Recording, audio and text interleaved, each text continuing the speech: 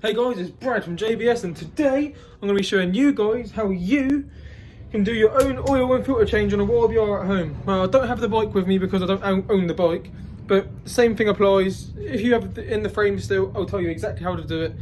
If not, if it's taken out, even easier. Like, comment and share and subscribe and all that if you guys want more content like this. Now, let's fucking get into it.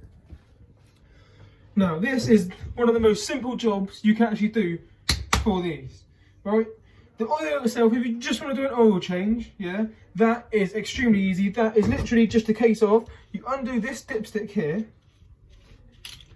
and if you go to the other side of your motorbike, or in my case, just turn the engine round, then you undo this 17mm bolt here, right, which I'll show you for you now.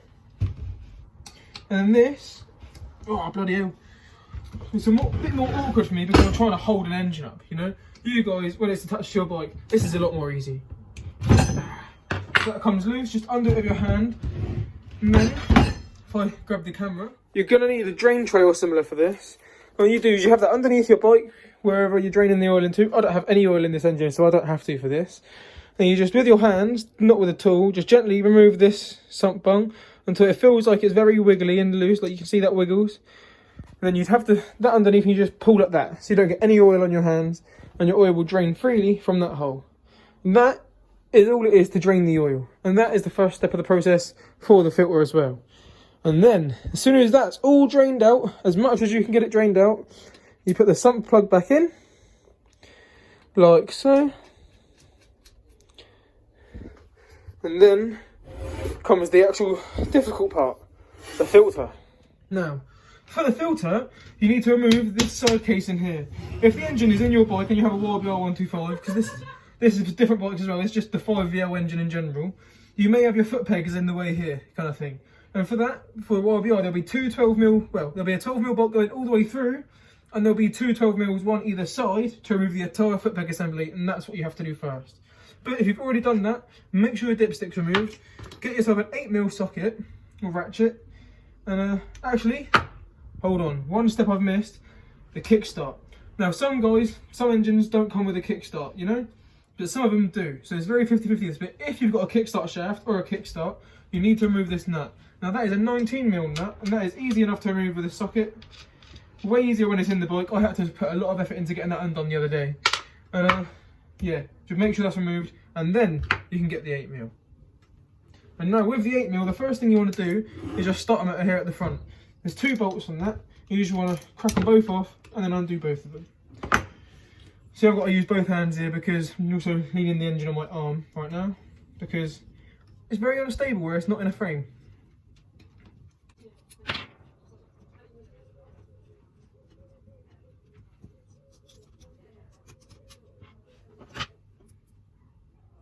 Right, now you can see I've removed these two bolts here, so you just got to give the stop motor a good pull and that'll come out. If it's not coming out with a good pull, get yourself a rubber mallet or something gentle and just tap it until it comes loose. You don't want to use anything metal that can damage it.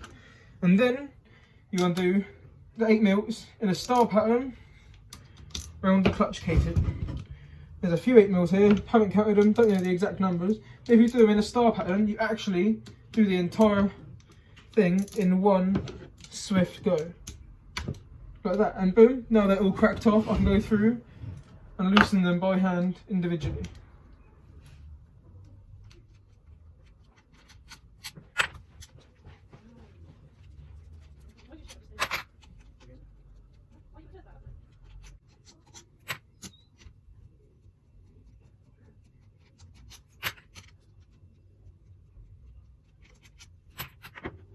Right, now we've got to the stage where all the bolts have been removed. I've put them safely away over there.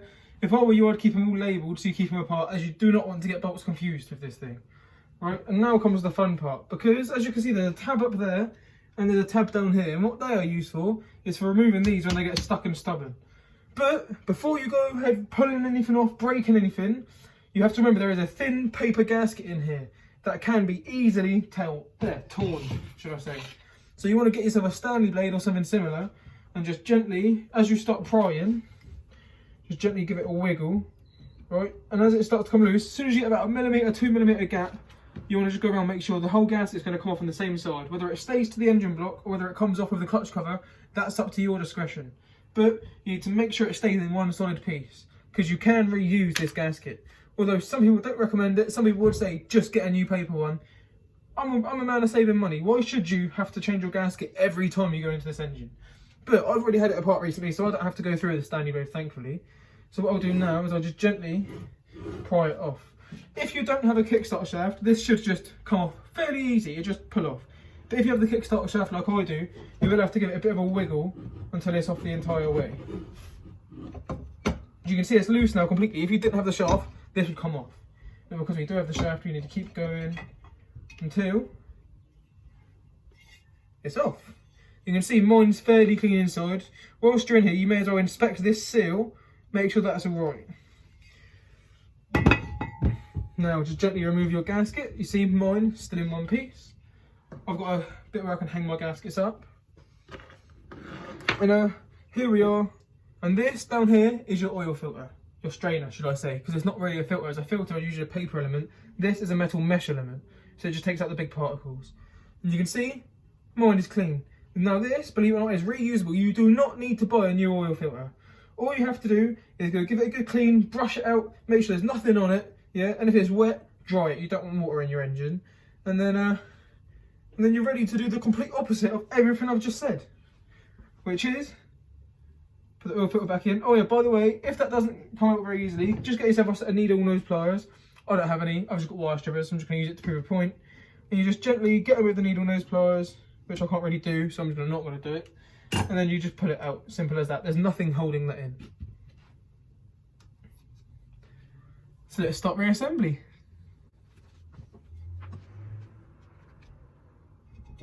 Now one thing that I haven't mentioned is these dowels. You do not want to lose them, because they're locating dowels for the gaskets, for the case, for everything, so it helps everything just stay in place. If it's in the clutch case side and it's been pressed in, you want to put it into the engine block side, as it is perfectly recessed for that.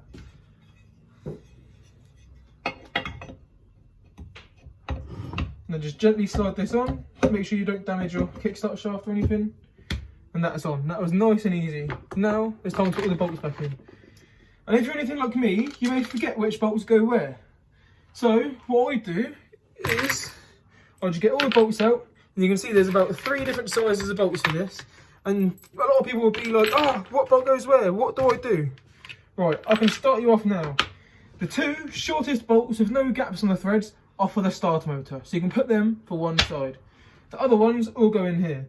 Now, as far as I'm aware, they're all roughly the same size, so you just start putting them in, and there should be about a centimetre gap sticking out. If there's more than that, take it out, put it to one side for a minute. If there's less than that, if it goes straight all the way in, take it out, put it to the side for a minute.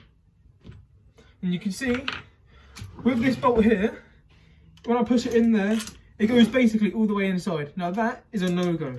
But then if I change it to this bolt here, it's got a nice gap. So put that in the 3 threads, and that's ready to go. And you keep doing that around the entire case. That one's too short. We've got one longer bolt left, so it's got to be that. Yep, it's perfect. Until eventually I actually cut a slot out for take it out with the full case to attach. And after that point, I never have to do anything.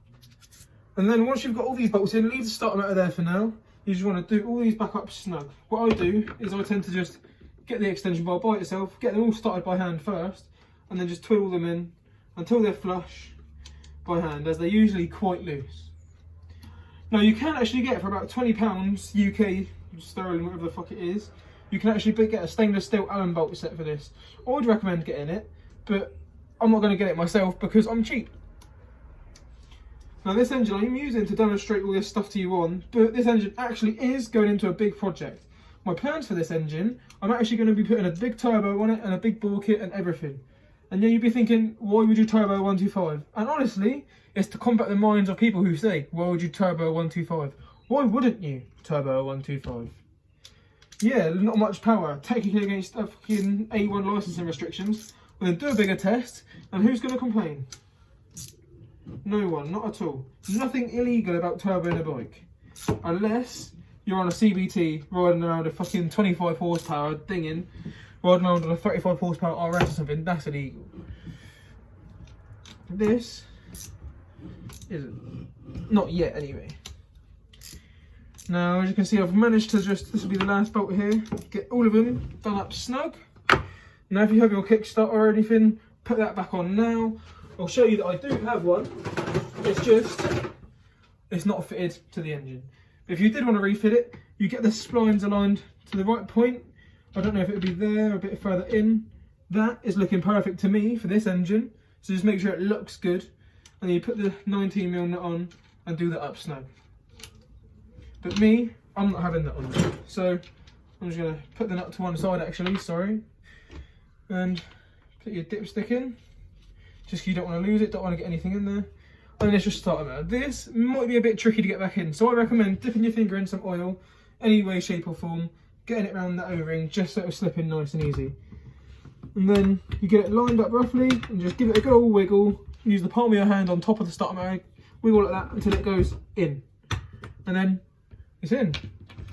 Then you put the bolt in there, give it a wiggle to get it seated, line up, start it off by hand. That is a must because you do not want to strip threads on this engine. And do that for the top and the bottom. Snug it up hard.